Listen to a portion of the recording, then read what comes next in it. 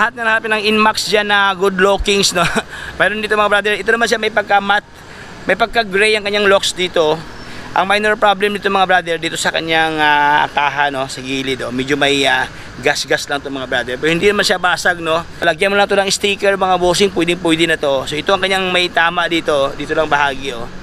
Oh, parang galos lang to mga boss, no? Okay, so lens sa kanyang headlight, walang basag, oh. So ito kanyang halaga ni Nmax. Nmax, yan, for only 98,475 ang kanyang cash price. O 98,000 lang to.